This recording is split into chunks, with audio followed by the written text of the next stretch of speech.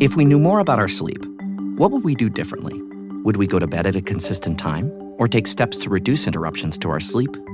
With Sleep Score, Apple Watch measures your bedtime consistency, interruptions, and sleep duration. Then, every morning it combines these factors into an easy-to-understand score from 1 to 100. So you'll know how to take the quality of your sleep from okay to very high. Know your sleep score with Apple Watch. iPhone 11 or later required. Welcome to the Travel Squad podcast, where adventure meets inspiration. We're your hosts. I'm Brittany. I'm Kim. And I'm Jamal.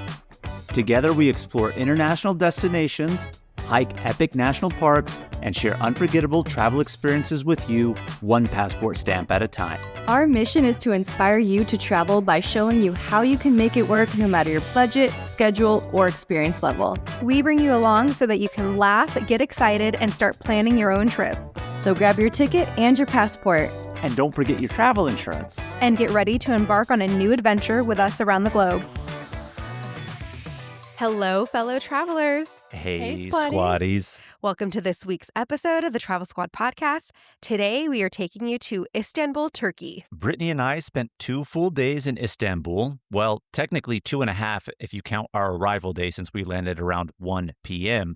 But we spent some time in Istanbul before we continued on to central Turkey and the Cappadocia region. But this episode, we're going to talk to you all about our time and adventures in Istanbul. And let me just say, Istanbul was a slow burner for me, and I think Brittany too. When we arrived, like our first half day, we were like, but by the time we got into our first full day, we were really geared up for Istanbul and fell in love. I can't wait to go back. And later this year, we are traveling on Turkish Airways, and we have a layover in Istanbul. And I'm really regretting that we don't have a longer layover in Istanbul because I really loved it. And what really surprised me is, and I'm going to talk about this in the episode, is as a female, I thought to myself, I could go here solo and I would feel safe here. And that wasn't something I initially thought. Like, that wasn't even a forethought before we came.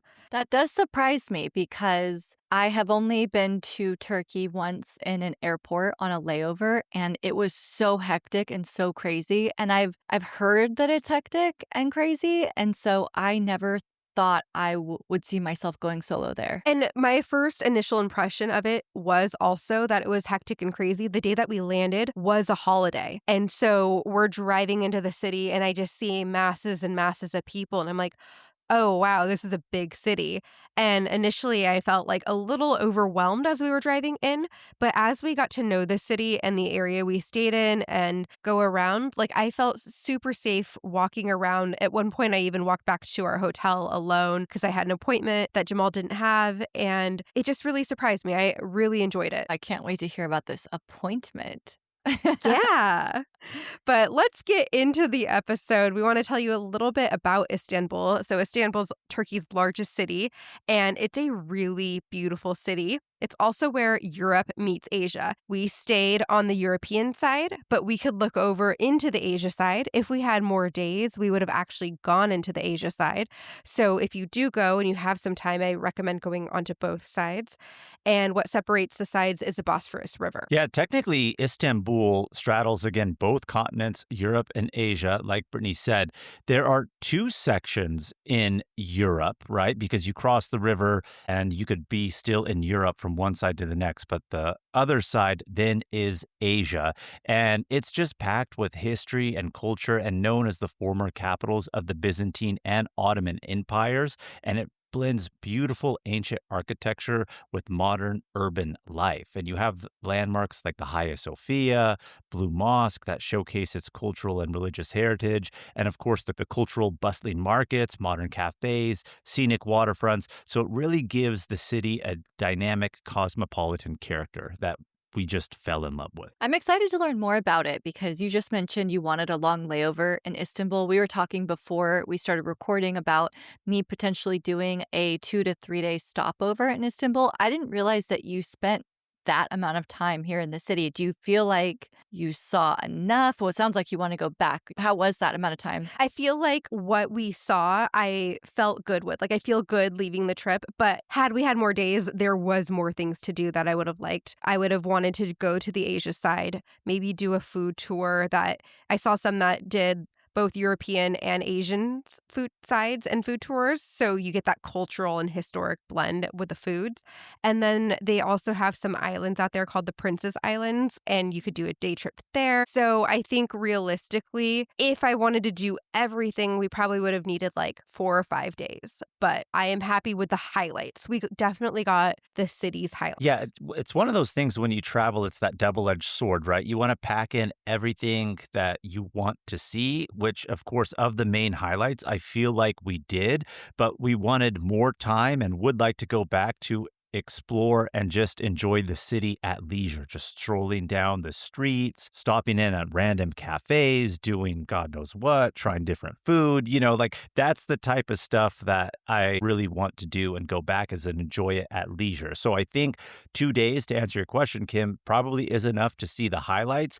If you're going to see all the highlights, or at least the main ones, then that's sufficient time. But of course, if you have more time to then take it at leisure, I think it could be a lot more enjoyable. Squatties, if this episode inspires you to take a trip to Turkey, then I would encourage you to look into Thrifty Traveler's premium subscription. It's a flight deal alert service, essentially, and they've expanded to hotels as well. So if a flight comes up, maybe you want to go somewhere that's not Istanbul, but there's a Turkish Airways flight deal, you can do their stopover program, get a double whammy on deals there. And we have a triple whammy because you can use our promo code TSP and get $20 off your first year subscription of that premium service. Ironically, Thrifty Traveler just came out with an announcement for deals on Turkish coming up. I believe it was for early next year in 2027. But of course, deals go quickly depending on how many people book them, but they do have them regularly. So do check it out. LinkedIn is pretty amazing at helping you grow your small business. We cannot make your email response time faster. We can help you sell, market, and hire in one place. We cannot help you find space for your 3 desk drinks. Why do you have 3? And while we can't help you find the perfect volume for your presentation video, LinkedIn can help you find the perfect audience for your business. Grow your small business on LinkedIn. Learn more at linkedin.com/smallbusiness. Expedia and Visit Scotland invite you to come step into centuries of history that await in Scotland. Castles steeped in legend walk along cobblestone streets. Come share the warmth of stories passed down through generations. This is a place with a past that is fully present today and all yours to explore. Plan your Scottish escape today at expedia.com/Visit Scotland. Send Help is now streaming on Hulu and Hulu on Disney+. We're somewhere in the Gulf of Thailand. Getting us out of here should be your focus. I'm your boss. You work for me. We're not in the office anymore. It's bold, relentless, and endlessly rewatchable. Discover why critics give it 93% on Rotten Tomatoes. You're so fired. Oh, am I? No help is coming. Send Help, rated R, now streaming on Hulu and Hulu on Disney+. All right, let's get into the tips for Istanbul. So currency-wise, they use the Turkish lira.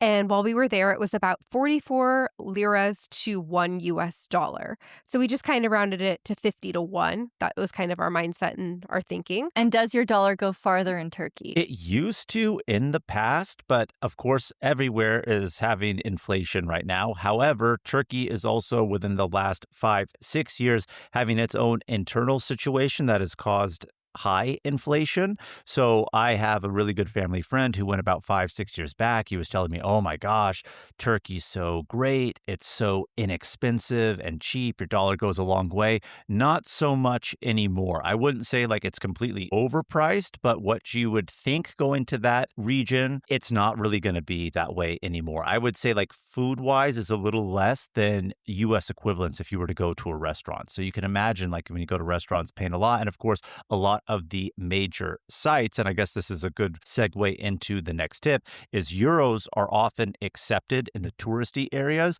but all the major tourist attractions like the Hagia Sophia and other things too, they will charge you in euros versus like dollars or lira, and that's how really they're marked and priced. And so those are even expensive as well, which we will have a tip for you on how to save money on those coming up. But yeah, so not as inexpensive as one would imagine. Another tip for you guys is ATMs. A lot of them have service fees. So we found the best ones to be at the airport or from an actual bank. In some of the major squares, they'll have like a line of ATMs. All of those had very exorbitant service fees. And so we didn't pull from any of those ATMs, but those are in like tourist areas. We randomly found a bank coming back to our hotel. That one was great. And then the airport one, like I said, was also fine. But you just have to be careful to look for those service charges and conversion rates. You two are often giving the on-the-ground details about ATMs and which ones are good or not. Do you actually go and try to take money out and then see the service fee and cancel? Is that how you're getting this information? Yes. We did that a couple times. I saw the Wow. service fee and I was like, I'm not paying for this. I'll just go get it from a bank. Because again, lots of ATMs, of course, they may look like they're from legitimate banks. I mean, they're designed to look that way. But if it's not actually really from a bank institution, then they do have those fees because they cater, of course, to tourists. But if you go to a local bank, whether it be here in Turkey or anywhere else, obviously it's designed for locals, so those internal fees are not built into the withdrawals, right? You'll just have your normal rate, but it's not anything that's an exorbitant amount or a high markup. So do look for those. But in fairness, you want cash probably mostly for tips and maybe a few places in the market, but most places in the market and of course where you're going to be eating do accept credit cards. So you probably don't need a lot. I think collectively, Brittany and I pulled out $100 equivalent in Turkish lira, and that lasted us our entire trip. And we came back with $3 equivalent. So we went through that just like with tips. We did pull enough money to last us through Cappadocia as well because we heard the fees there were higher. And so we just were like, okay, we'll just pull enough to hopefully last us our trip. If we have to pull some there, that's fine too. But we didn't end up needing to. So that was a tip that we had learned from someone else, and we tried to follow that as well. Also, the country is a predominantly Muslim country, so dress-wise, modest is best. To go into some of the mosques like the Hagia Sophia or the Blue Mosque, you're going to have to wear a head covering, and you can't have spaghetti straps, tight leggings, and no shorts in mosques, which also goes for men too. So just keep that in mind. But again, a very cosmopolitan metro city. So of course, I mean, it's not super conservative, but just out of respect, you want to dress a little bit more modestly. Language-wise, of course, they speak Turkish in Turkey. Kurdish is also a very prominent language, as well as Arabic, but pretty much everybody knows English. And then, of course, multiple languages. We saw lots of Turkish people, like even in restaurants. Yes, in fairness, they're in touristy areas, but not necessarily guided tour wise or anything like that, speaking other languages such as French, Spanish.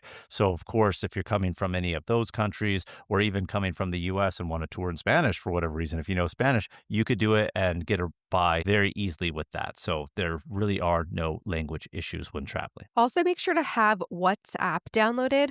A lot of the tours and guides that we used will chat with you in the app.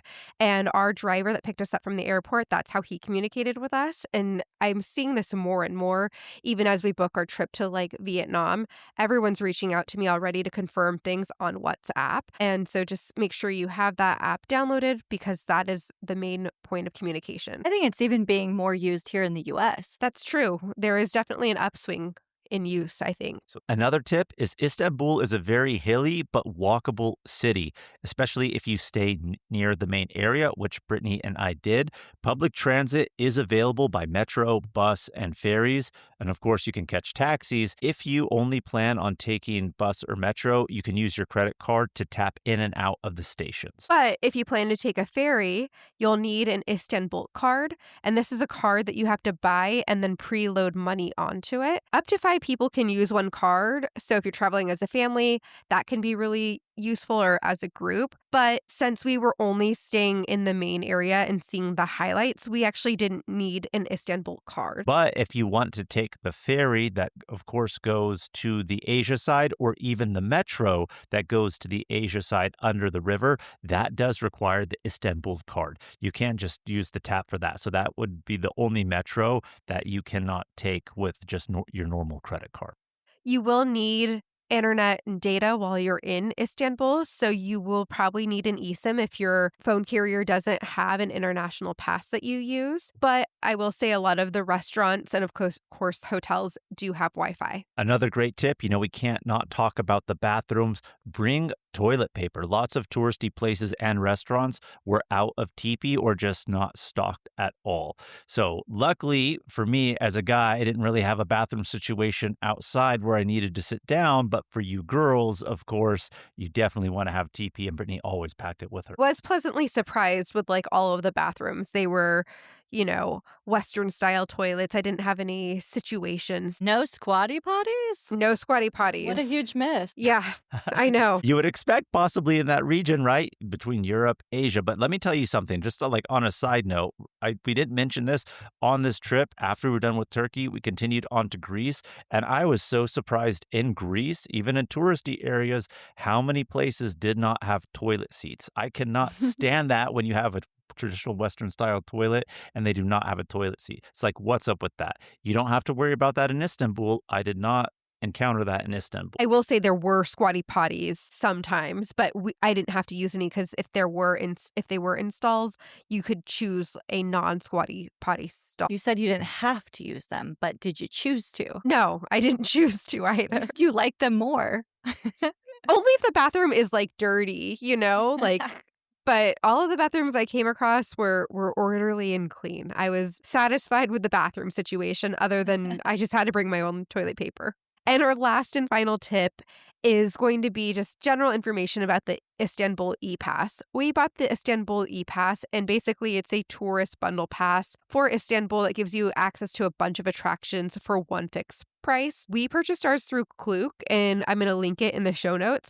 And they do have different options for a 2-day, 3-day, 5-day, or 7-day pass. Some of the activities require you to book reservations in advance, and you can make the reservations online. We did the 2-day pass. It was about 165 euros a person, and we used it for several activities. For what Jamal did alone, he broke even with the pass, but for me, because I did a discounted Turkish bath, we saved about 65 euros on what I would have paid. 65 euros is a good amount of money savings. I will say this. So this kind of going back to where I said we'll talk later on how you could save money for lots of the major attractions being in euros. They're here on the Istanbul E-Pass, right? So you can make reservations, get tours, etc. So if you figure out what it is that you want to do in Istanbul, which of these attractions you're going to see, you can figure out if you're going to not save money by doing it, break even, or come out ahead. But I will say, if you figure out what you're going to do and say I'm going to break out even or ahead even, obviously, well, definitely get it. But even breaking even is a great thing, because when you have the Istanbul E-Pass, whatever tour you're going to do, they get you front of the line versus waiting in line, one, to buy a ticket if you haven't. But even if you bought the ticket, now you're in another queue line just to even get into the attraction, where this gives you front of line. So in that sense, it also saves you time, and I would recommend it simply for that. And as we come across the activities that we did, we'll mention if they were included in the E-Pass or discounted with the E-Pass, just so you get a feel for what's kind of included. Squatties, we are going to have an itinerary on this Istanbul trip. It is available now for download at shoptravelsquad.com. We also have it linked here in the show notes. So as you're listening along, if you want to take a trip that's basically exactly like this, with the links to everything we mentioned, how long to spend there, the exact route to take, how much it costs to get in, every little detail, even the squad tips that we share and even some that we don't share in this episode, just click on the link in the show notes and you can download it right away. This spring, Uber Eats has you covered. Whether you're celebrating mom, dad, or your favorite grad, not all of us are great planners, and with the Uber Eats gift hub, you don't have to be. Send flowers, perfume, champagne, or just their favorite meal straight to their door. Gifts arrive in as little as 25 minutes, and you can add a personalized video message for that additional so not last minute touch. So this spring, get a leg up on gift giving with Uber Eats. Last-minute gifts that land every time. Must be 21 or older to purchase alcohol. Product availability varies per region. See app for details. From hidden Mediterranean gems to the wilderness of Antarctica, Silversea invites you to explore the world in greater depth. Venture to over 900 destinations across all 7 continents. On board small ships that set the standard for elite ocean travel. Every journey opens doors to extraordinary discoveries. And wherever you sail, you can expect the same Silversea promise. Unrivaled service, unmatched comfort, and unforgettable memories. Visit silversea.com to learn more. Amazon presents Jeff versus Taco Truck Salsa. Whether it's Verde, Roja, or the orange one. For Jeff, trying any salsa is like playing Russian roulette with a flamethrower. Luckily, Jeff saved with Amazon and stocked up on antacids, ginger tea, and milk. Habanero? More like habanero, yes. Save the everyday with Amazon. I know you spent about 2.5 days there. So you flew out from San Diego or LAX? We flew out of LAX, parked our car, and we were going to be gone for about 2 weeks.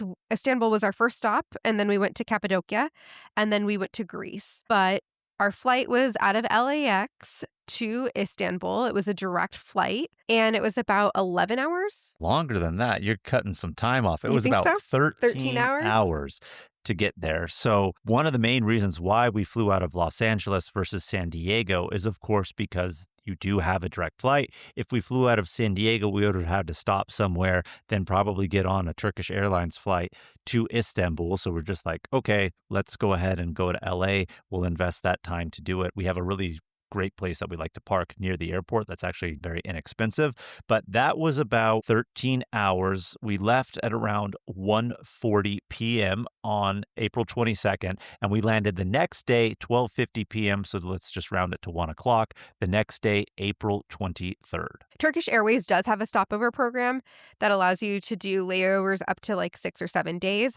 But we booked this as a multi-city reservation since we were returning home from Greece. We will say for the airlines, we were pleasantly surprised with Turkish Airways economy. We didn't fly business class, unfortunately, but the economy section was pretty comfortable. Food was decent, and the desserts were always good. There was no upgrade available when you asked? They did have an upgrade, but it was more pricey than we were wanting to pay per person. Do you recall what it was? Oh, they were saying it was like $1,100 per person. Oh, okay. Because I was just comparing economy versus business class as just an actual flight, and it was like 4,000 more. Oh, yeah. I mean, obviously, you're going to get it cheaper, of course, when you do the upgrade there. But that's still like for cash price, didn't really want to pay that. But I do want to experience Turkish Airways business class because they actually have chefs on board who prepare the food.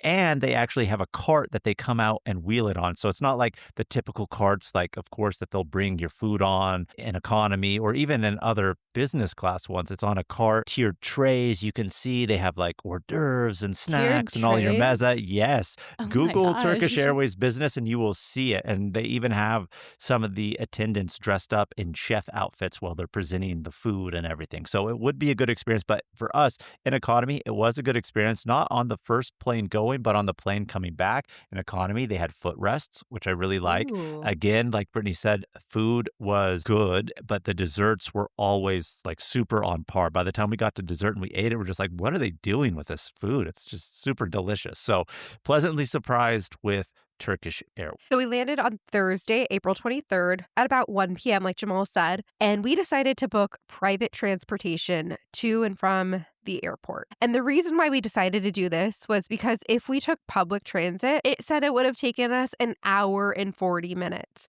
And coming off of a 13-hour flight, we're like, it's just not worth it to do that for us. And if you drive anyways, just the drive time from the airport, if there's no traffic, is about 45 minutes. And if there is traffic, it's an hour plus. So we're like, we just want to get get settled, and then be able to go out and explore the city. They pick you up in some great cars when you book these private transports. I don't know if anybody's ever seen on social media people that are advertising going to Turkey for cosmetic surgery, whether it be nose jobs or the hair transplants or whatever it is, but they'll show like, oh, landing at the airport, they pick you up. There are these really nice Mercedes vans decked out in leather of not party atmosphere, not disco lights either, but what it like the ceiling makes it look like stars. It's lit up with the LEDs. It's just like super nice experience.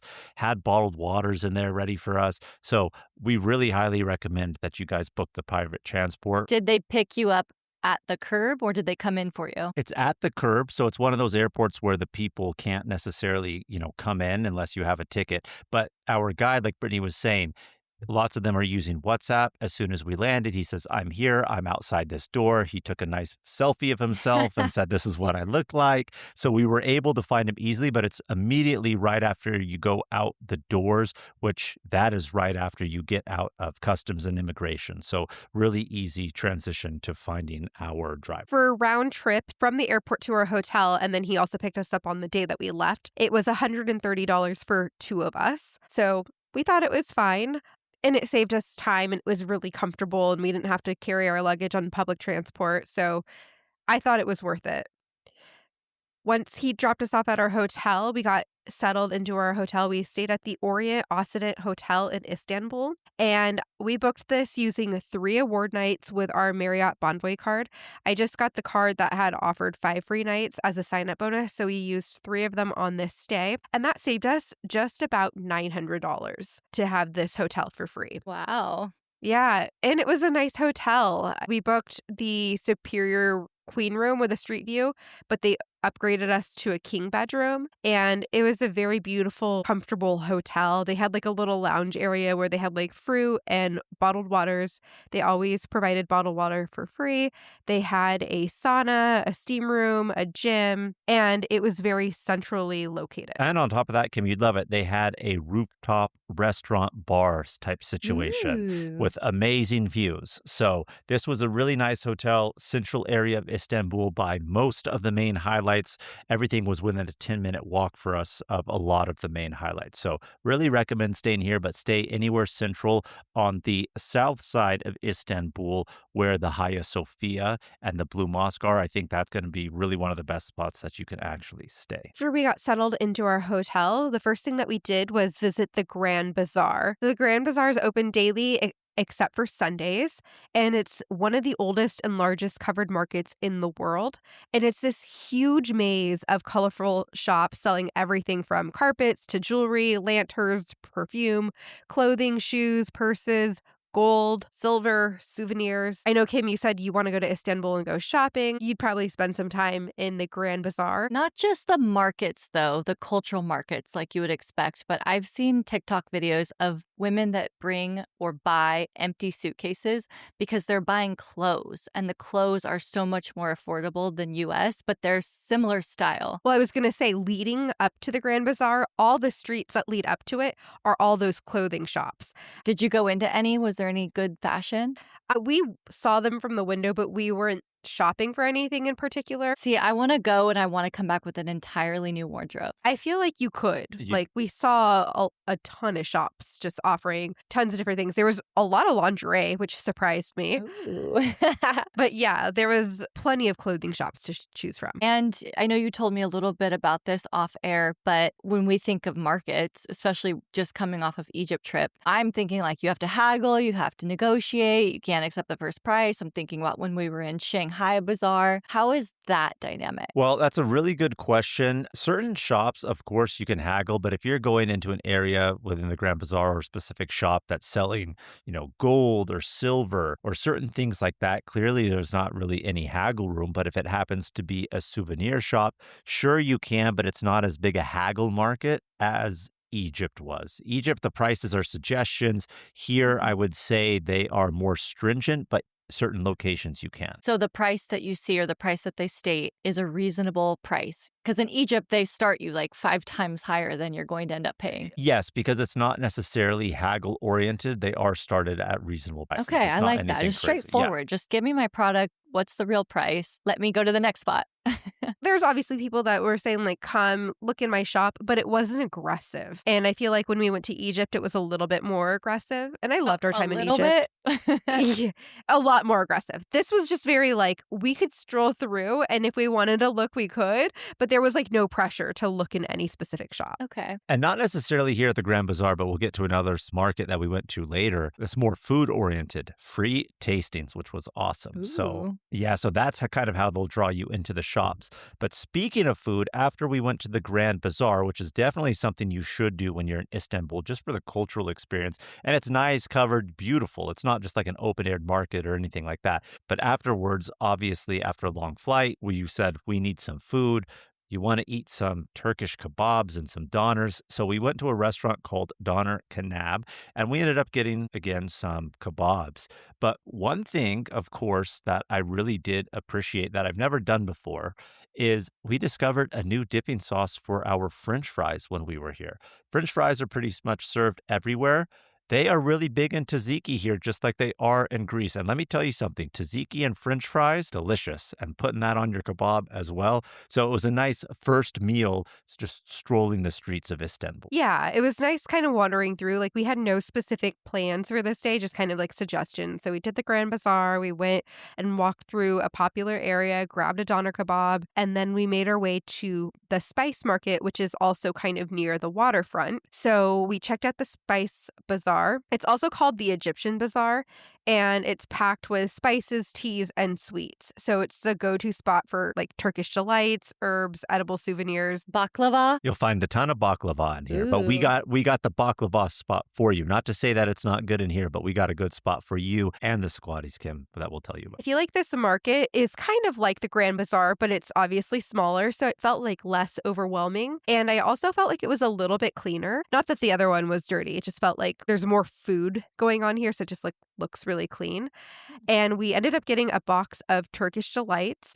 What is a Turkish delight? They're basically like the chewy candies, like pistachio nut candies that have like the gum in it. Not necessarily gum like chewing, but you know, It's like some are white, some are brown. yes, Yeah, those okay. type of sticky textures. Yeah. And then we also tried some of the most delicious herbal teas here too. We Super had good. a sample. I think mine was mango. Do you remember your flavor? I don't remember, which is surprising because it was just so good. Like, that's where my mind is at. It was just so good. That's all I could really focus on. One of my biggest regrets is that we did not buy any tea to bring back.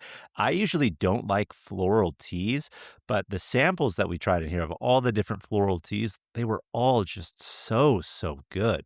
And again, like I said, when you're here at the Spice Bazaar, lots of shops will draw you in by giving samples. That's how we ended up buying a box of Turkish Delights, which they vacuum sealed for us. We still haven't even opened it yet, but here's a piece. Oh, you want another one? We got this flavor. We got that flavor. Here you go. And so like we had just ate, but I walked out even more full because of all the samples that we had here. They let us try so many of the different flavors of the Turkish delights, and they were all so good. We couldn't decide which flavors to got, so we got like 5 different flavors and 3 rows of them, and we have a whole box to eat now here. So worth stopping in here at the Spice Bazaar. This one is open daily from 8:30 a.m. to 7:30 p.m. So, of course, if you're going to go to any one of these Spice Bazaar or the Grand Bazaar, just be mindful of the times. They don't necessarily stay open too late. I did mention that this day that we landed, it was a holiday, so it was very crowded here in Istanbul. But we wanted to go see the Galata Tower, which is on the other side of the river. And the easiest way to get to the other side, you can walk across the river, but the easiest way to get to the other side is to take the metro.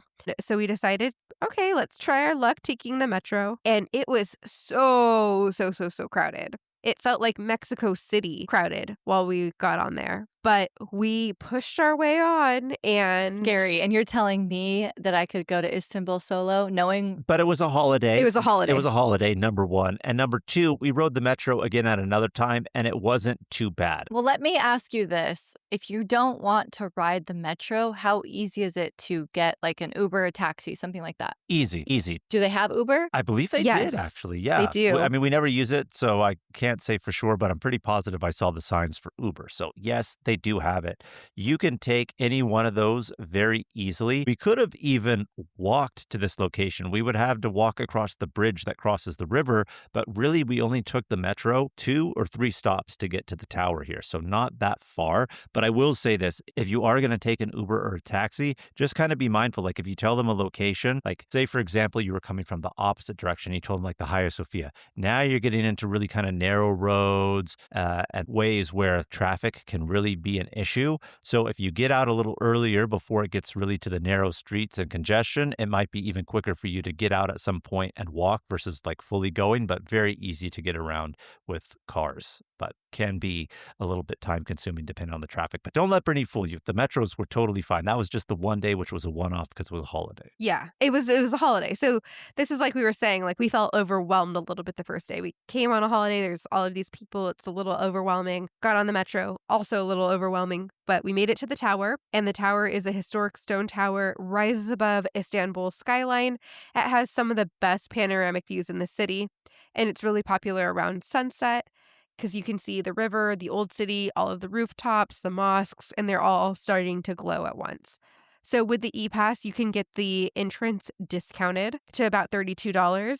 And there was a really long line to enter. We decided not to go up to the tower, but we wanted to go to the cafe next door, which is called Vijana Kavisi Galata. And it's right next to the tower. And we went here specifically for their Basque cheesecake. We asked squatties for recommendations, and multiple squatties recommended this specific cafe. So we had to go here. I love cheesecake. I love a Basque cheesecake. Brittany threw me for a loop here because they offer to cover it in chocolate. And I really didn't want to do that because I was like, then it's just going to take away the flavor of the cheesecake and all I'm going to taste is chocolate. Nevertheless, it was still really, really good. But Brittany wanted the chocolate, so we got it that way. And what makes something Basque? How is that different? It's just the style. Like Basque is a region in Spain. Yeah. So it's just the style and how it's cooked, not necessarily with a crust at all, actually, like no crust. And it kind of has that burnt coloration on top.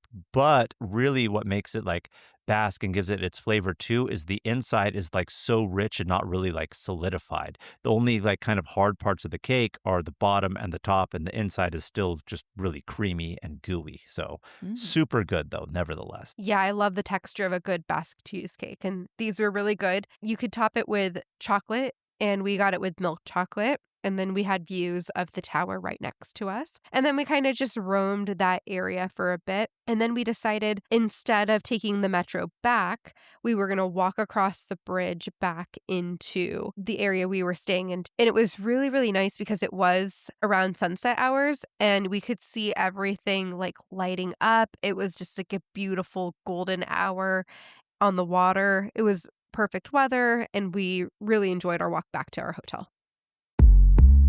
You may think you know McDonald's drinks, but you don't know them like this.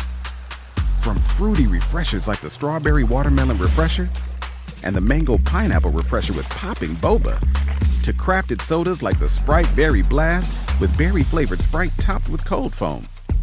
Who knew ice-cold drinks could be so fire? 6 all-new drinks are here. Try them all, now at McDonald's. Refreshers contain caffeine. Experience a membership that backs your business journey with American Express Business Platinum. When you pay with membership rewards points for all or part of an eligible flight booked with a qualifying airline through Amex Travel, you can get 35% of those points back, up to 1 million points back per calendar year. American Express Business Platinum. There's nothing like it. Terms apply. Learn more at americanexpress.com/business-platinum. This episode is brought to you by Tidy Cats, here to level up your litter game with their new Performance Plus lineup. Your home is your happy place, your cats, VIPs. So when it comes to the litter box, excellence isn't optional. Choose from products that specialize in max power clumping, low tracking, or odor fighting so advanced, stink won't see it coming. Tidy Cats Performance Plus. Mission mighty, keep it tidy. Shop now at tidycats.com. So the next day was Friday, and of course, our first full day. And we really did Old City highlights here. What time did you wake up? Ooh, we probably woke up around 6-ish, I want to say. And then our plan was for the day was to go to breakfast and then go visit the Hagia Sophia, but we had a little oopsie, so we'll get into that too. Little oopsie, but it ended up working out. But we wanted to go to a breakfast spot that was in a central area to all the highlights that we were going to be seeing today. And so we ended up doing that first thing.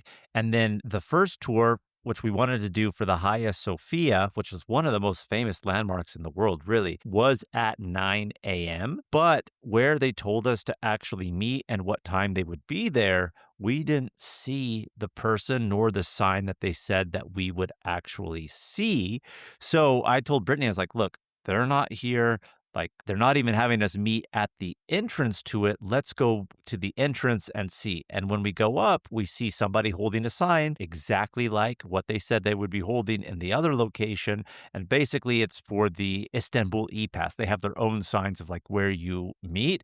And then so he took our names. He saw the E-Passes that we had to go ahead and mark us off. And we're like, oh, okay, you guys are good to go. We wait, we start the tour. Then we realize it's the wrong tour. We're at the entrance to the Hagia Sophia, but it's really a tour for the palace that's right next door. Yeah. And Jamal was like, are you sure you're reading the directions right? I'm like, yeah, I'm reading the directions right. But we didn't see anywhere. So we panicked, walked near the entrance, actually joined another tour.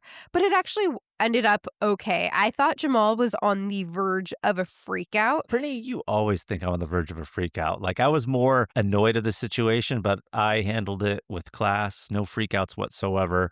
And we had a fantastic day. But before we get into the tour, I want to say we had our first Turkish breakfast and we tried menemen for the first time, which is eggs and tomatoes cooked down with like peppers and cheese. And wow. Kind of like a shakshuka?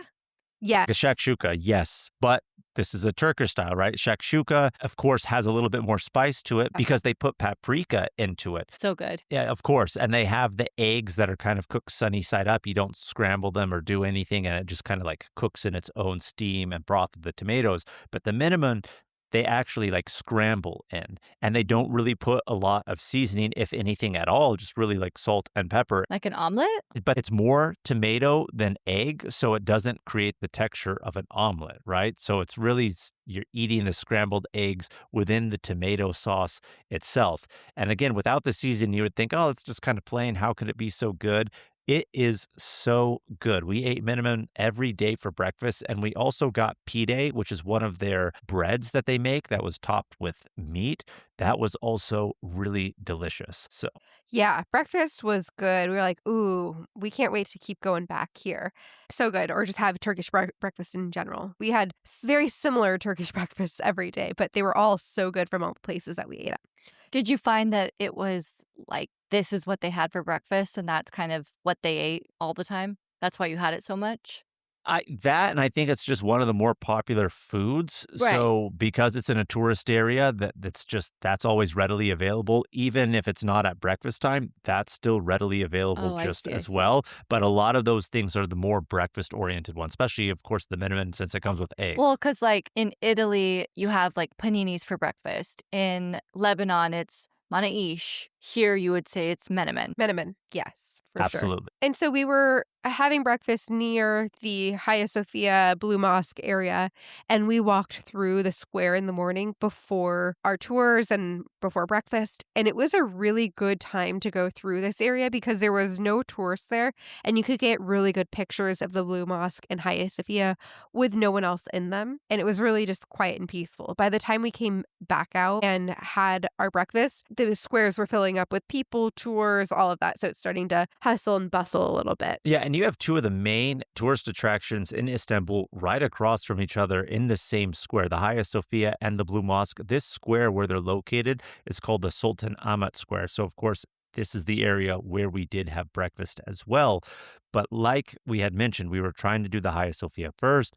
There was the issue in finding our tour guide with the sign. We found one, wrong tour guide, but with the right company for a different tour. But it worked out because we were going to do this activity anyway later in the day, and that was seeing the Topkapi Palace. I think it actually worked out better that we did this first because this palace can get very, very packed. So pricing wise, this would have cost us 50 euros to get in here. So I feel like it's quite expensive for a tourist destination. When you were asking Kim, like, do you feel like it's affordable or not? The palace was about 50 euros, but it was included in the Istanbul E-Pass, so we didn't pay for anything. We did the 9 a.m. tour, which also included the Hagia Irene, and then there was an option to add on the harem section. And this palace was once the heart of the Ottoman Empire. It has really beautiful, lavish courtyards, ornate rooms, and then really great views over the river. From here, you can see the European side, which you're standing on as well, but you could also see into the Asia side. We visited the Holy Relics room. You could visit the Imperial Treasury, the royal chambers, and the famous harem. So our tour guide met us outside of the palace. He gave us a little bit of history. We walked inside. We started with the Hagia Irene, which is one of Istanbul's oldest and most peaceful historic sites that's on the grounds. It's one of the most famous churches in the cities, and it was never converted into a mosque. So we went inside of it. We got to see the high ceilings, the aged stone walls, and a cross mosaic. Part of it was under construction, though, so we couldn't see its full scale, but nice to get a little history of it while we were there. And then another thing that we did when we were in the palace was go to the harem section, which is not included. Now, the harem is actually, the way it was described, more so the private residence of the ruler of the Ottoman Empire at that point in time. So you can get tickets from the guide, which is what we did, and it's about 900 Turkish lira, which of course is equivalent to about $20 of what the exchange rate is now, or you can go up, buy it on your own within the palace grounds, but you would actually pay about $3 more. So it's more expensive if you just buy it as a standalone from them, but the tour guides give you a discount if you buy it from them direct, which is what we did. But like I said, this was the private living area of the Sultan and his family, separated from the public parts of the palace, but it's just a maze of beautifully decorated rooms, corridors, and courtyards where the daily life and family relationships of the Sultan and political family took place. In the public area, not included in the harem section, you can go into the Holy Relics section. Women do have to wear a headscarf. They do provide it there, so you can grab one and put on if you didn't bring your own. And you can see things like Moses' staff, the Prophet Muhammad's footprints and sword, John the Baptist's arm and skull bone, and holy dust collected from the tomb of the Prophet Muhammad. We wanted to go into the treasury as well because this was the old treasury room. They have old coins and things that you can see, and of course, treasures from the spoils of them being empire. But by the time we were done, it was just so crowded, and we didn't really want to wait in line. What the line looked like would have been maybe about 30, 40 minutes, even more. Yeah, probably at least. just get in. So we said, forget that. But that's one thing that I wish that we actually did, was see the treasury room within the palace. We did go down through a courtyard and do the river overlooks, and we could see the Galata Tower, which we were just at the day before, and like I mentioned, the Asia side as well. So great viewpoints from the palace as well. With the E-Pass, we mentioned we joined a tour. For some of the E-Pass locations, you do actually have to join a tour to get entrance. Once you get entrance, though, you're not obligated to stay with the group. So if you wanted to just get front of the line and not get any history and just walk around and do it yourself, you absolutely can. But the guides do keep it pretty brief. They give you some general history and then they let you go off, and then that's it. So you do have time to explore everything on your own. You're not just going at the pace of the guide. Yeah, we could have stayed as long as we wanted in there when we were done. So that's something that's really unique with the E-Pass. But when we were done with the palace, one of the other famous attractions within Istanbul is called Basilica Cistern. Yes, the Basilica Cistern was surprising to me because I really wasn't sure what to expect. But basically, it's an underground world beneath the city where they had these cisterns that would fill with water, and they were used as reservoirs. And this one specifically is like this dimly lit reservoirs, and it has hundreds of ancient columns that are throughout it. And it was built in the Byzantine era, and it used to store water for the whole city and other nearby places. But now it's just actually known as like a tourist area because it was like very popular in one of the James Bond's movies, which made it famous. How tall are the columns? I would say they're anywhere between 25 to 30 feet. It's always one of those things. It's tough to estimate distance. At least for me, it is. But bigger than I thought for just being a water reservoir. Definitely. Like this is literally underground. And what makes it really unique too, right? Like Brittany said, we were free to go on our own. The tour guide, when you meet up with them, all they do is get you in front of the line. They take you down, give you free time all on your own. But they gave us just a brief little history lesson beforehand. And they were saying, it's interesting, the name, because this was never a basilica, right? It is a cistern because it's a watering hole. I forgot the origin of where basilica came into it. But of course, so many different civilizations have been in this area of Istanbul, just because, of course, between Asia, Europe. So the Romans were even here. I'm looking at pictures. You guys are not doing it justice at all. Well, I'm working my way into it. And you know me, I always tell people just Google it because, of course, sometimes our words aren't really enough. Yes, but those columns that you're seeing, right? The Romans were here. And of course, by the time the Romans were in this area, it's when Christianity became the religion of the Roman Empire. And so they took and destroyed a lot of their own temples that were to their many gods that they had at the time, and of course used them just simply to support the underground well structure. So you can see different types of Roman columns that are some simple, some are more ornate. They even destroyed a couple columns and areas that had Medusa's head on it. So tucked in the corner, you can actually see some of the carvings of Medusa. Is there still water in there, or is this just light? There is still water there. You have to go down these steps, and then you're basically on an elevated platform above the water. So you're walking right above it.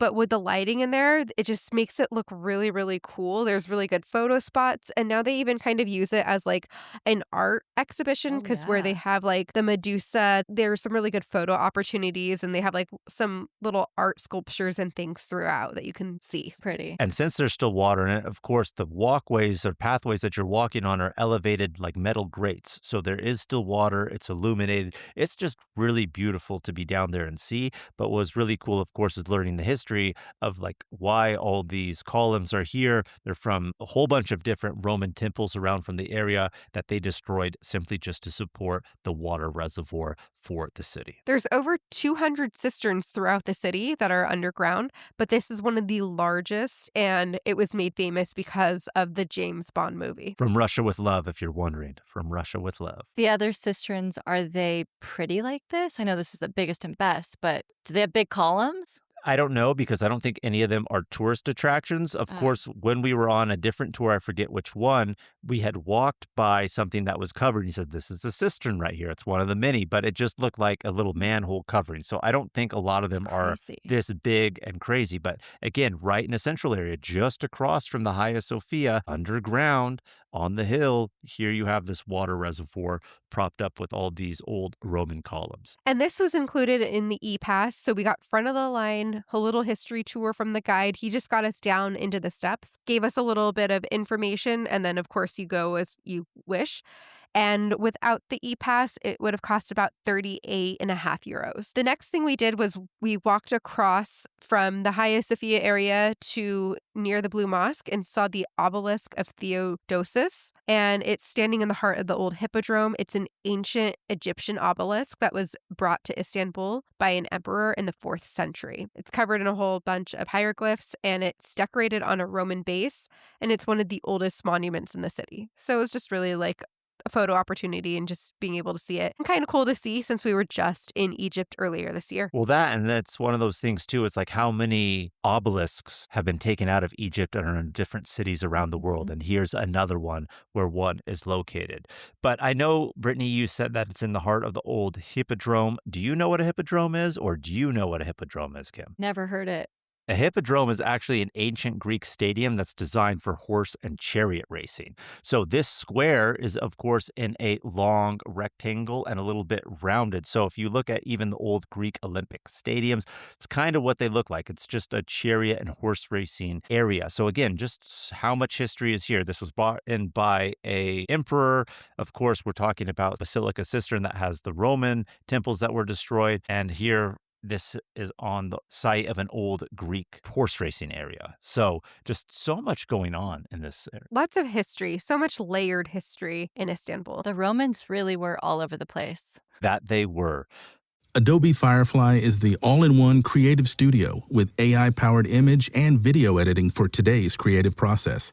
Built for creators of every kind, Firefly helps you generate, edit, and experiment fast. Because the asks aren't getting smaller, the budgets aren't getting bigger, and the timelines, oh yeah, still tight. With all the best creative AI models in one place, Firefly brings your ideas to life. Unlock a better way to make with Adobe Firefly. One of my favorite things to do when we travel, of course, is to get food. By this time, we were working up a little bit of an appetite, but this isn't really food related in terms of actually eating. We're talking drinking now. I love Turkish coffee. Anytime we go to the Middle East, I always want to get it. And of course, I'm going to get Turkish coffee in Turkey. And here they cook the really concentrated, strong coffee in their little pots that they do have in the hot sand. So included with the E-Pass was a Turkish coffee experience where we can see how they make it. And of course, you can actually taste it. So I wanted to do that. We found a restaurant that did it. I ended up just getting a regular Turkish coffee. And of course, you get the show, so to speak, just watching them prepare it. But it's a nice break from the morning walking around, seeing the sights, to just sit and get a quick pick-me-up. Is it in the same area? It was about a 5 to 8 minute walk, something like that. Okay. Everything is pretty close. We didn't go super far for this. Yes, it was included with the E-Pass, and who doesn't like things for free? But I wouldn't walk any further to get coffee when I could get it anywhere, in the city specifically. Brittany's coffee, she ended up getting it pistachio flavored, which was really good. I've never had a pistachio flavored. I'm usually having Turkish coffee that's flavored with cardamom, which I love. They didn't have that here, but they had it with pistachio, and that was a nice flavor to end up trying too. So if you're into the cultural things and love coffee, check it out with the E-Pass. Otherwise, you could get coffee anywhere in the city, but I was really surprised with how much Turkish coffee is. They're selling it for like $3-4 for like the tiny cups. If you know what Turkish coffee is, like they're really just espresso sips. So it's expensive. Was there any other food or drink experiences included with E-Pass? Not necessarily just food. I do want to say you can get some discounted options with the E-Pass, like with not restaurants, but like want to say there was maybe a cooking class or something. But they did have some cruises on the Bosphorus that included meals like breakfast, lunch, or dinner. So cruises. Yeah. So if you went on one of the cruises and you went for a meal time, then you would have the food included with that. Okay. But yeah, we decided to do the Turkish coffee experience. That was great. Had our first Turkish coffee, and then we went to the Hagia Sophia and did the guided tour there. So that was what we were originally wanting to do before, first thing in the morning, but since we got our tours mixed up, we were coming back around to it. Would you not have seen that cistern if you hadn't gotten into that wrong tour? No, we would have still seen it. We would have just done it in a different order. I think before we had our order of like Hagia Sophia, then the cistern, then the palace for the afternoon, but we just kind of flip things around. And they're all really within like 5 minutes of each other. This whole area is like this really big square with just a whole bunch of things that you can do around it. So you're not going far. Yeah, so to get into the Hagia Sophia,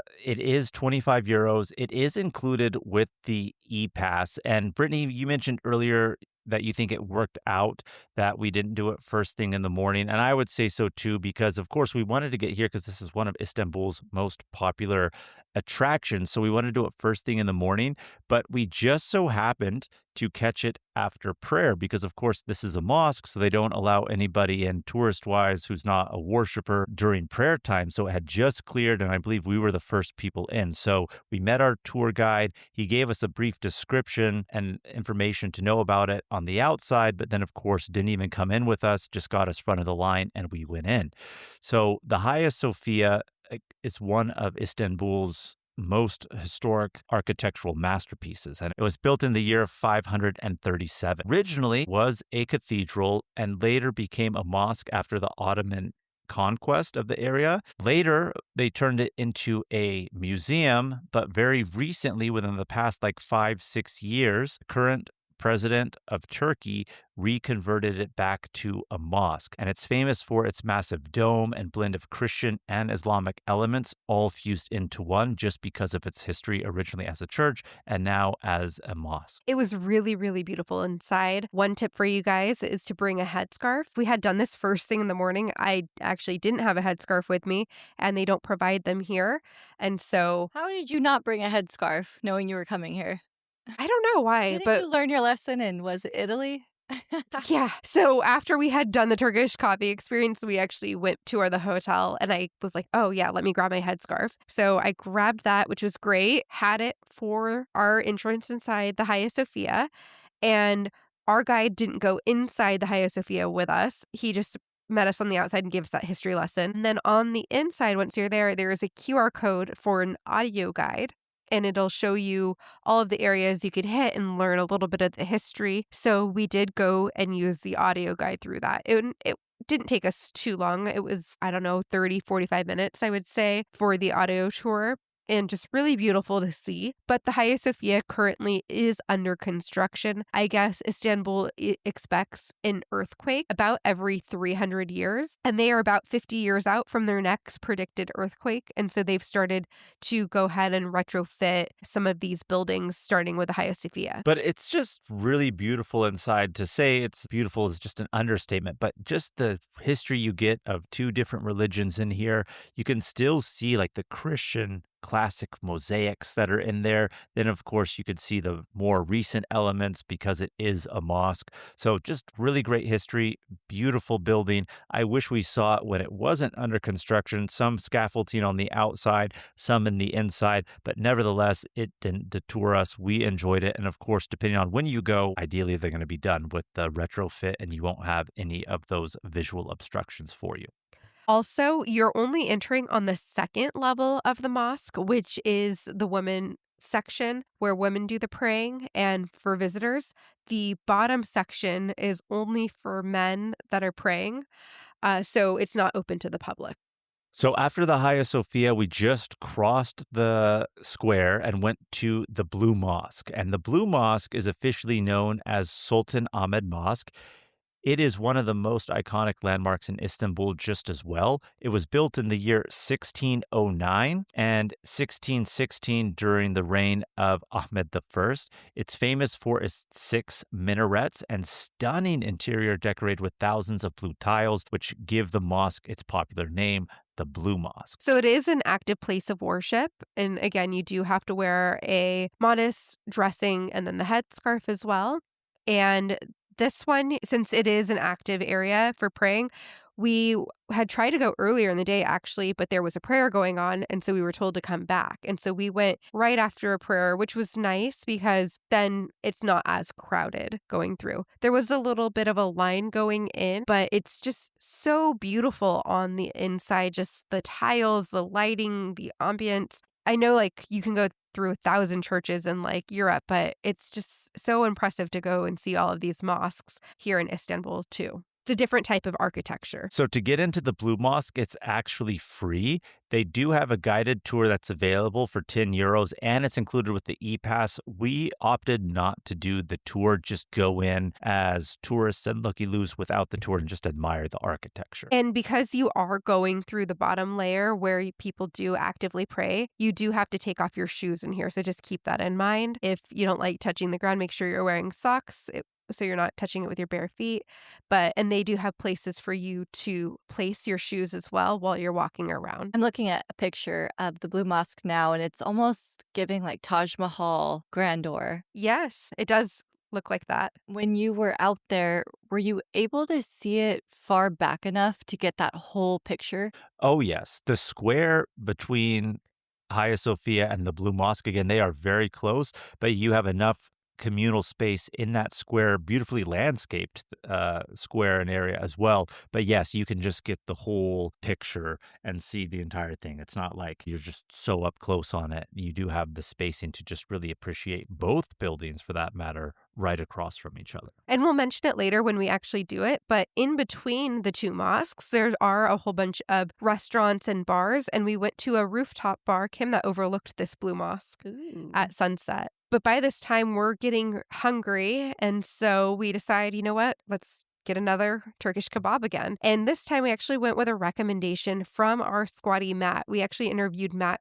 a while ago. He lived in Turkey for a while, taught English in Turkey, and he loves Istanbul. So he recommended a place for us to try kebabs. Yeah, we ate at a restaurant called Shazade Ka Kebab.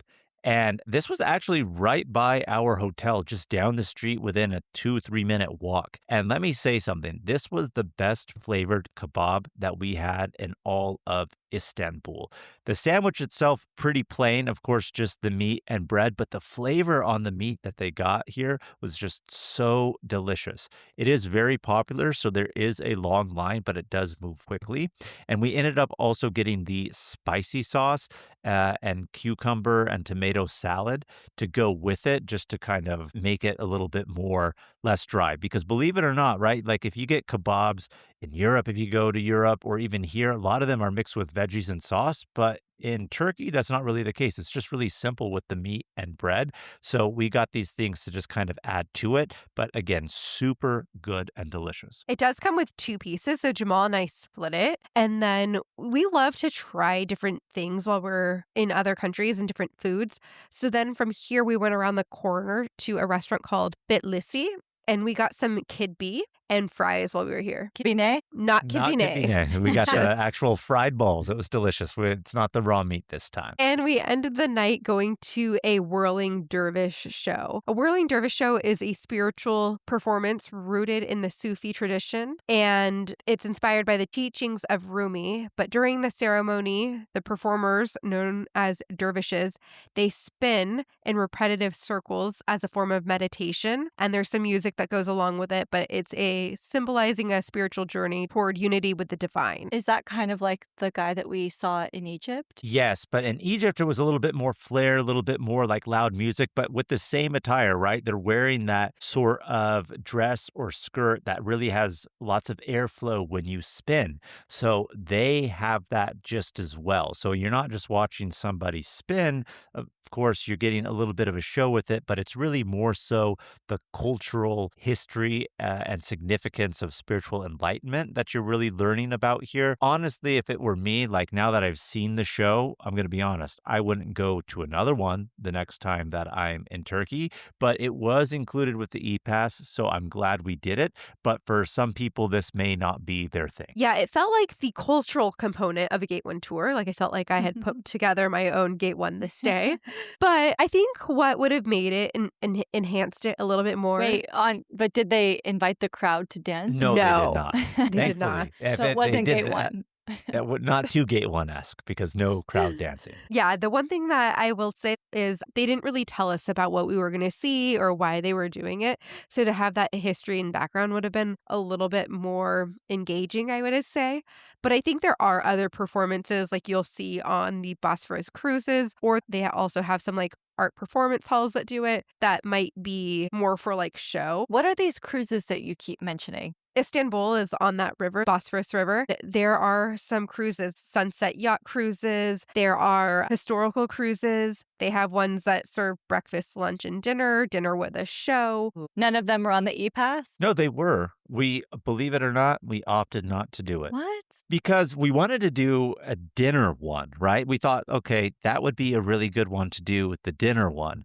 But the dinner one was what, like 4 5 hours? 5 hours. And it was like, by the time it starts in the evening, I didn't want to invest that much time. And then to do it during the day, the city's not all lit up. So for us, it's one of those things. If we were there a longer amount of time and had an evening where we didn't have to wake up early the next morning or catch an early flight, which was also one of the things that we had to do at some point on this trip, we probably would have done it. But you can take the shorter cruises, and we left our itinerary open to possibly take one of the non-dining shorter ones, but we just didn't get around to doing it. But dervish show aside, on the cruise or dinner, it's just one other way to see the city is just getting on the water, really. Okay. But Kim, they do have yacht ones. 2-hour sunset yacht Turkish cruise. yacht daddies. Woo, let's go. And that has your name all over it. So when you go, let us know. And then after the show, I told you we were going to tell you a great spot to get baklava, Kim. So we were like, all right, we got to satisfy our sweet tooth. I really wanted kunefe. If you remember kunefe when we had it in Lebanon, they have it here in Turkey as well. We went to Hazif Mustafa's, which is actually a chain. They have multiple locations, but it is a very good, high quality pastry and dessert chain. We got kunefe here. We also did get baklava just as well, but we got the baklava in a box to go to take for us later on our adventures in Turkey when we went to Cappadocia. But good kunefe. We had better the next night, which we'll talk about. But their baklava here is to die for. Not a bad piece that we had. Super delicious. I told Jamal while we were on this trip, I'm going to say something and I hope you don't get mad at me. And he was like, what? And I said, Turkish baklava is better than Lebanese baklava. What? She threw out a crazy curveball for me on that. What do you think, Jamal? That's tough. I always grew up eating my dad's baklava, which anyone who's had it always says amazing, super good, which it is. But I've had other Lebanese baklava. I usually compare it to that. It's good, but I will say I think I know why Brittany is saying the Turkish ones are better and why I may lean towards that way is they are very heavy on the simple syrup that they put on it. So you really, yes. Yeah, they're not dry at all. And they're just so flavorful. And they were your fingers packed. when you're done. Yes, and they were packed with nuts and they were just so good. I had no bad pieces. They were all so good. So go to Hazif Mustafa's. Again, it's a chain, but you will very easily find it across Istanbul. Was there some near your hotel? There was. Yes. There was 2 locations near our hotel within walking distance. I feel like our hotel was in a really good spot. We walked everywhere within 15 minutes. And a lot of the restaurants were just right down the street. And I felt like we went into so many of the same places over and over again, like just down the streets and walking around. Like we knew the city by the end of the 3 days. Right. And if it wasn't within 10 minutes walking distance, it was within 5 of the tram. And by the time we were done taking the tram or metro, wherever we needed to walk was just another 10 minutes. Even the bazaars and the shopping, walking distance? Yes. Ooh, yes. Okay. Good to know. So our last full day in Istanbul, it was a Saturday, and we wanted to visit the Dolmabahce Palace. That was like our main event of the day. And so this one is a little bit farther from our hotel. We had just said everything was walking distance from our hotel, except for this palace. It would take like about an hour for us to walk to it. So we Less, of course, because we took it to the tram, which then when we were off the tram was about a 10, 15-minute walk, but the tram ride was only about 5 to 10 minutes. So we decided to take the tram in the morning. In the morning, there's a lot less people on the tram, and it felt much more manageable. We ended up going to breakfast on this European side near the palace, and we went to a place called Janti Coffee Breakfast and Kitchen. And let me tell you, this was the best breakfast we had in Istanbul. Istanbul, and I would dare say all of Turkey. Best breakfast we had in all of Turkey. We were in Turkey. Cappadocia. We got more menemen. I didn't know how they could top on the menemen from the day before. This one was amazing. We ended up getting gözleme, which is actually another type of their breads with meat. And then we ended up getting manti. So our squatty Matt told us about manti as well. And manti is very popular like in Turkey and of course Central Asia. And just really think about it as like a meat dumpling or ravioli. But of course with the Turkish flair, it's covered with like yogurt and garlic sauce. And I know that kind of sounds odd, right? Because if you think ravioli, pasta, you'd think, okay, like tomato sauce. But no, this is covered in yogurt. And almost kind of the same flavored yogurt sauce that's on top of like Lebanese fetti, Kim, right? But on top of this, super good. So we ended up getting the menemen, the manti, and the gözleme. And this breakfast was just dynamite and a great way to start our day before we did the palace tour.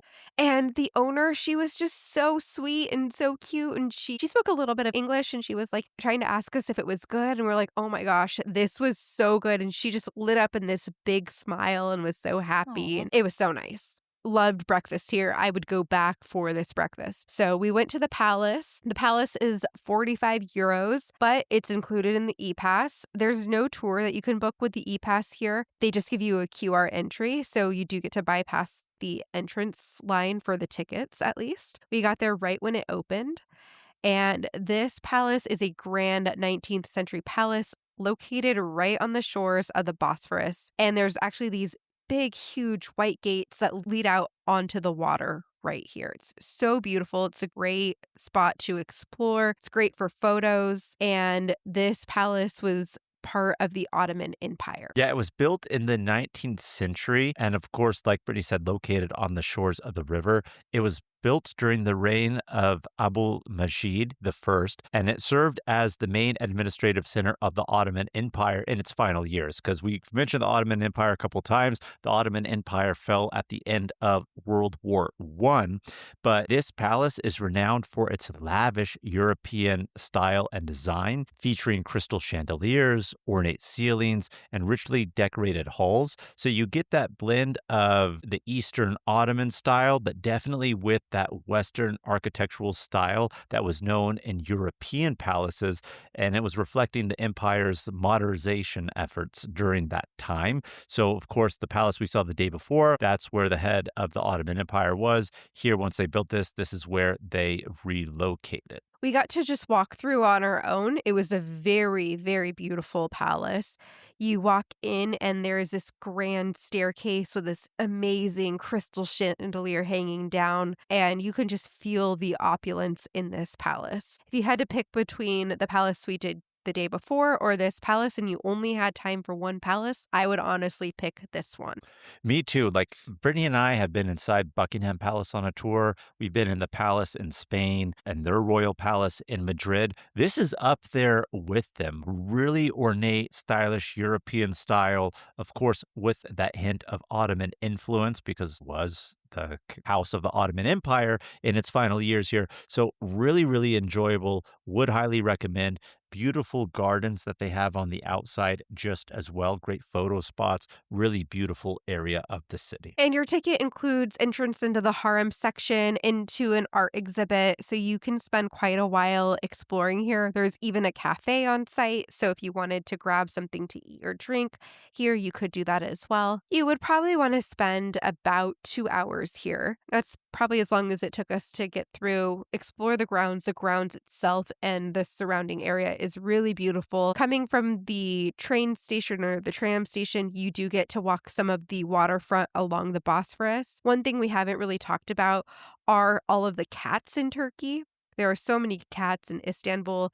There are cats along the waterfront. And the cats in Turkey are so friendly. They come up to you, they want to be pet, they want to be touched, and they are well taken care of. Like they're taken care of by the residents. They actually had boxes for cats to sleep in. There are feeding stations for their cats. Like I felt like I really liked these Turkish Istanbul cats. No, pretty funny enough that you mentioned the cats now, because I was just thinking, man, we haven't even talked about the cats. One of my favorite things about the city simply was just playing with the cats, because they really are all so friendly just because all the people are friendly towards the cats. Now, cats are cats, so of course you could catch like a random one, but a lot of them will let you like pet them and everything. So I really did enjoy that aspect of them as well. And yeah, we came across a lot of them walking along the waterfront to the palace. But when we were done with the palace, one crazy unique thing that I wanted to do that's uniquely Turkish is get their specific dondurma ice cream. Kim, have you ever seen videos on Instagram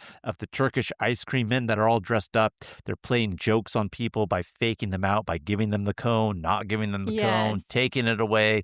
That's a big thing and that they do as a show when they scoop the ice cream.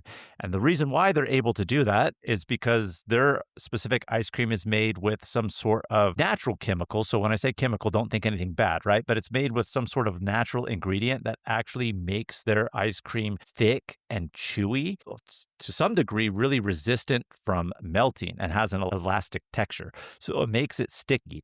So they'll do this thing where they'll scoop the ice cream, they'll double cone it up, hand it to you, pull it back as a fake. They scoop it on an actual stick, not like the normal scoopers that we have. So then they'll try to pass you the cone on the stick. You grab it, they pull it away. So Brittany and I were like, we have to do this, do the show. We filmed ourselves having them give it to us. The ice cream man, for me though, he faked me out pretty good.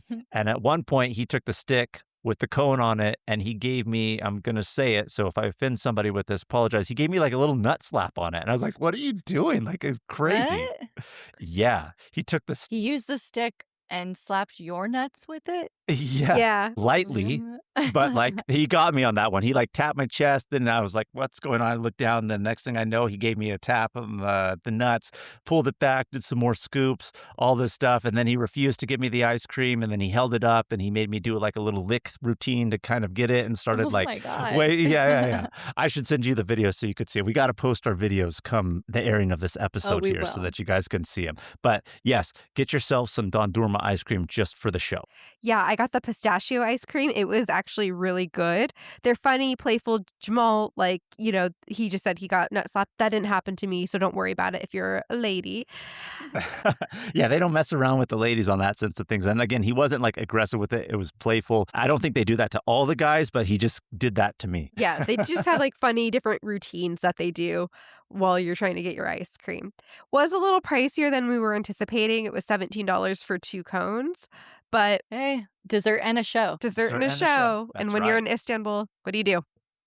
Then we went and grabbed lunch. We went back to Bitlissi, which is where we had gotten kidbee the day before. This time we went and got their spicy kebab plate and had that. And the reason why I wanted to have a nice lunch was because in the afternoon, I had booked a Turkish spa. And I booked this through the E-Pass, so it wasn't free, but it was discounted. So the package that I booked is normally 150 euros. But with the E-Pass being discounted, it was 85 euros, which I feel like is a really good savings. And I ended up booking the deluxe package.